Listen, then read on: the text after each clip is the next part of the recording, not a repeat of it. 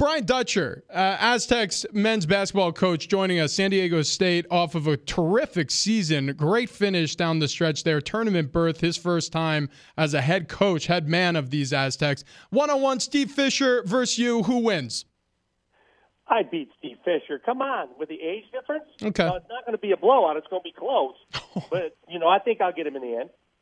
Okay, let me ask this question. Where is he? Is he more of a post player? Is he an outside shooter? Talk to me about Steve Fisher's game a little bit. Shooter. College basketball player, Illinois State. So, no, Steve was a good player. I'm sure they perfected the jump shot when he was playing, so he probably had a little bit of a jump shot. Probably a good team player like he's always been. And I'm sure Coach would if he got to the foul line, I'd be in trouble because I don't think I could beat him free throw shooting. I'll tell you what, you be careful in the paint. You don't put him to the charity stripe, and maybe you win that game. Brian Dutcher joining us, head coach of the men's basketball team, San Diego State. Speaking of a good player, one who's sort of testing the NBA waters will not declare or sign with an agent. So really just to sort of get his prospects straight on where he'd be drafted in the NBA, Jalen McDaniels concludes the season with that message sent via his Twitter account and obviously the sports information department at San Diego State, allowing everybody to know that he appreciates his time at San Diego State. He's just taking steps towards seeing how he measures up against pro-caliber players. What were your thoughts when you got this news, and has the conversation continued with Jalen? Yeah, I just saw Jalen. We just finished weightlifting, and Jalen's here. We work out twice a week. He's lifting with us. Then he's doing a little training on his own, trying to get himself ready to maybe try out for a team or two, and if he's lucky, get an invite to the Chicago Combine. But, you get a chance to do this. This is what they've allowed. You can put your name a couple of times and test the waters and work out for teams and kind of see what they feel about you, where they feel your strengths and weaknesses lie. So it's a good opportunity for Jalen. The thing I told him is if you're going to do it, you have to go 100% because you get one chance to make it first impression. So if you go work out, go to make the team, go to impress them so much where they talk about drafting you. Because if you just go there and get through the drill work, you're never going to be able to take that back. No matter how much you play your sophomore year at San Diego State, they're going to have that memory of you. So go there and give it everything you have when you go. Again, Brian Dutcher joining us. Coach, you talked about Jalen, but also Max Montana, the news coming out yesterday. He's going to pursue some professional opportunities. How does that come about, and what kind of opportunities will he be looking at moving forward here? Yeah, Max had a couple choices to make. He could have come back to San Diego State, played one more year. He could have graduated and been a fifth-year transfer to another program, or he could try the professional route. And he just felt one more year of basketball would not move him any higher or lower as far as a European opportunity. And the thing that Max has that most players in the States don't have, he's a German citizen. So he has the ability to go there and not count against the number of foreign players on a roster in Europe. So he goes there with a German passport, a German citizen, and he can play in Europe as a natural citizen. Can I ask a question about Max Montana? Because I remember he was a healthy scratch, sat on the bench during one of the games that he actually could have played in. I believe it was Boise, actually. Or was it Fresno? It was Fresno at home.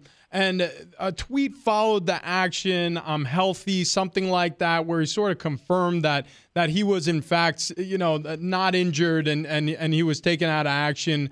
Like stuff like that. Look, I'm not pointing to a specific individual to admonish Max Montana, but social media in general. Is this a headache to a ball coach these days? This is a different era. You've been through a couple of generations of players now. Is this a more difficult time to coach this sport? Well, it's a lot more out in the public eye, obviously, and when you shouldn't be tweeting is when you're emotional. And we see it all the time in a lot of sports and professional sports especially, that when you send something out, you can't take it back. It's out there. And so you have to be careful when you're not emotionally too high or too low to put something out there for everybody to see. Obviously, Max, the game before that, was frustrated against Boise, where he didn't get the opportunities he thought he should have had, and he didn't respond well to it, in my opinion. So, I sat him against Fresno. It was a one-game deal, and he played back, and we don't win the conference tournament without Max Montana. And so, obviously, as a coach, we teach lessons along the way. And we tried to talk to Max, get him to be a little bit more focused on the big picture instead of fretting over a game-by-game type deal. No, there's no question his impact was felt on the court from the forward position. You know, something that was happening away from sort of the light of the tournament but made headlines locally and nationally eventually is the fact that Gonzaga was in talks with Mountain West Conference. Mark Few, the AD over there, Roth, in talks with Craig Thompson, maybe to get something done between the conference and the team. They end up deciding to stick with the WCC. Where are you at in all this? Was there excitement around the possibility of having the Zags join the conference, and do you think it was the right move for them? You know, obviously, if you can add a basketball program like Gonzaga's, then you're crazy not to do that as the Mountain West. And you look at just down the road this year with Wichita State jumping out of the Missouri Valley to their new conference, and what a difference that made, a 3-big league. And so I think with all these conference alignments, don't ever write anything down. A year from now, 2 years from now, we might be revisiting this topic. So, yes, the Zags decided to stay in the WCC where they've had such great success and will continue to do so.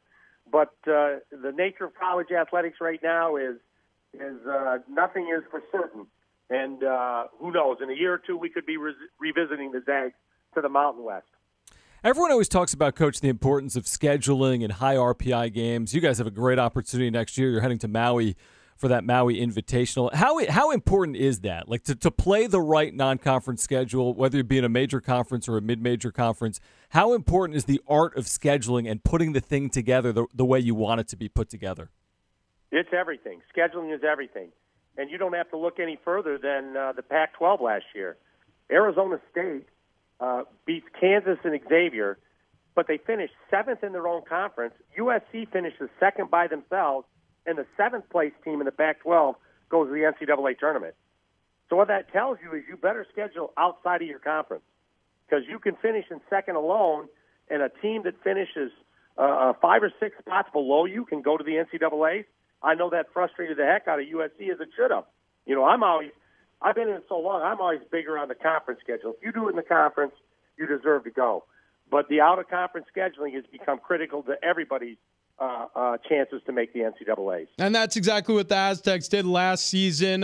3 straight wins in the Mountain West Conference tournament, lands you a berth into the tournament. But that out-of-conference scheduling does play. It factors in.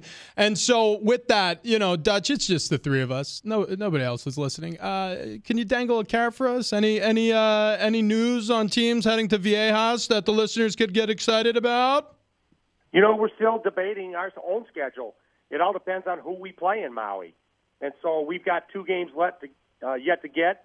You know, we're trying to see what kind of opponent we can bring in here for one more game at Viejas. We're trying to decide if we can get a really good team on a neutral court, because obviously neutral wins and road wins count greater than home wins.